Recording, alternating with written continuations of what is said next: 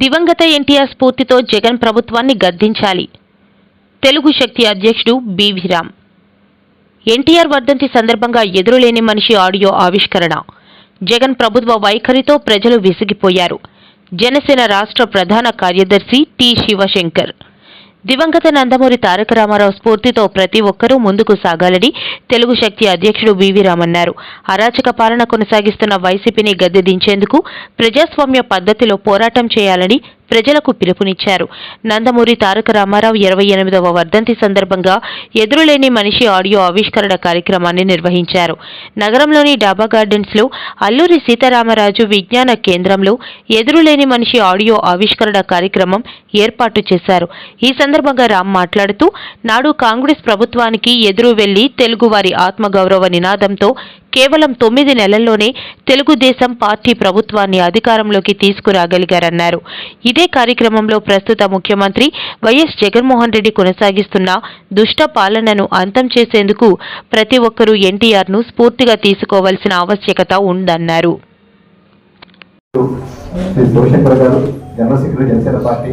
అలాగే విశాఖరావు గారు, కొండల నాగరాజు గారు, యశ్వాం గారు, ఉమాశంకర్ గారు, రఘుబాబు గారు, ఇతర అందరూ పెద్దలు అన్నాడు.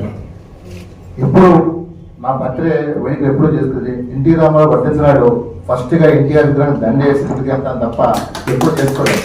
కానీ ఈరోజు ఎదురనే మనిషి ఎన్టీఆర్ 28వ వర్ధంతి సందర్భంగా ఈరోజు మనం చూస్తున్నాం. ఆంధ్రప్రదేశ్ రాష్ట్రాన్ని పూర్తిగా సర్వనాశనం చేశారు. నాడు ఎన్టీఆర్ పార్టీ పెట్టినప్పుడు 9 నెలల్లో పెట్టి రాష్ట్రం కాదు, దేశం కాదు, ప్రపంచం కాదు చూసిన వ్యక్తి ఎన్టీఆర్. మరి జగన్మోహన్ రెడ్డి పార్టీ పెట్టి 9 ఏళ్ళు పట్టింది.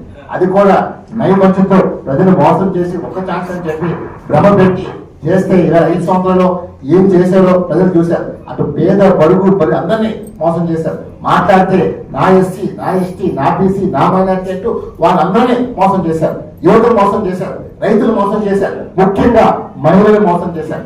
35,000 మంది మహిళలు ఈ రాష్ట్రంలో మిస్ అవుతే నేటి వరకు కూడా ముఖ్యమంత్రి స్పందించలేదు, హోమ్ మినిస్టర్ స్పందించలేదు.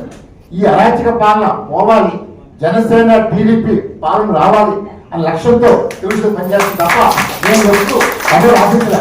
మా కుటుంబం రాజకీయ కుటుంబం కేంద్ర మంత్రి చేశారు. నేను ఇన్వెస్టిగేషన్ ఉన్నాను తప్ప ఆయన వాంట్ టు బి డిక్టేటర్ అనుకున్నాను తప్ప నేను ఎప్పుడు రాజకీయ ఆలోచించాను. కానీ ఈ వేళ ఈ పరిస్థితిలో జగన్మోహన్ ఓడించాలి లక్ష్యంతో పులివెందుల్లో ఓడించి ఆంధ్రప్రదేశ్ మేము పోరాడుతున్నాం. మరి గతంలో మనం చూసాం, ఆంధ్రప్రదేశ్ రాజధాని లేకుండా 5 సంవత్సరాలుగా భారతదేశంలో రాజధాని లేని రాష్ట్రంగా ఆంధ్రప్రదేశ్ ఉంది. 3 రాజధాని అని చెప్పాం, జనాలు మోసం చేశాడు. విశాఖ రాజధాని నేను ఒకటే ఛాలెంజ్ చేస్తాను. ఈ రోజు ఇంతే సమయంలో నిజంగా నేను దమ్ముంటే రేపు వచ్చే ఎలక్షన్లో నువ్వు ఏదైతే పరిపాలన రాజధానిలో ఇక్కడ చేసి దమ్ముని పొందడుతున్నాను. ఈ దమ్మునికి లేదు. మా ఉత్తరాంధ్ర మొత్తం దోచుకెళ్ళాం. ఈ రోజు దాన్ని ఒకటే కోరుతాను శివశంకర్ గారు. ఎందుకంటే జగన్మోహన్ ఢీ కొట్టి దమ్మున్న మగాడి రాష్ట్రంలో అది ఒక పవన్ కళ్యాణ్ చేస్తున్నాను. ఇవాళ పవన్ కళ్యాణ్ ఇవాళ నిజంగా ఆయన సినిమా కెరీర్ వదులుకొని ప్రజల కోసం ఒక అన్నగా, తమ్ముడుగా, కొడుకుగా, మనవుడిగా, మీ వాడుగా, మీ బిడ్డగా వస్తాడు అన్నాడు తప్ప నేను రాజకీయ డబ్బుతో చేయను. ప్రజలు నమ్మకం ఉంటే ఓటు తప్ప ఇది ఏంటంటే ఈవేళ అన్ని పార్టీలు డబ్బులు ఇవ్వకుంటారు. ఇది చాలా ముందు మనం మారాలి. డబ్బుతో కాదు, మన డబ్బు ఏదైతే తీసుకుంటామో మన భవిష్యత్తు మనం తాకట్టు పెడుతున్నాం. ఎవరైతే డబ్బు ఇవ్వట్లేదో నిస్వార్థ నాయకులు ఎన్నుకోండి, మీ భవిష్యత్తు మారుతుంది, మీ తల్లిదండ్రులు మారుతాయి. ఇలాంటి నాయకులు కావాలన్నా మరి ఒకటే రేపు జనసేన టీడీపీతో డెఫినెట్ గా మహిళలకి, యువతకి అందరి భవిష్యత్తు బాగుంటుంది. ఈ ఉన్న 3 నెలలు ఇది ఒక స్వతంత్ర పోరాటం. నాడు స్వతంత్రం రావాలని, స్వార్థం నశించాలని కుల, మత, వర్గ, వర్ణ ఎవరైతే పోరాడమో అదే స్ఫూర్తితో యువత ఒక సుభాష్ చంద్రబోస్, అల్లూరి సీతారామరాజు, భగత్ సింగ్, ఝాన్సీ లక్ష్మీబాయి, రాణి రుద్రమదేవి మరియు చంద్రశేఖర్ గారు ఈ యుద్ధం చేస్తున్నారు. నా కోసమో, మీకోసమో, చంద్రబాబు కోసం, పవన్ కాదు, తెలుగు జాతి కోసం.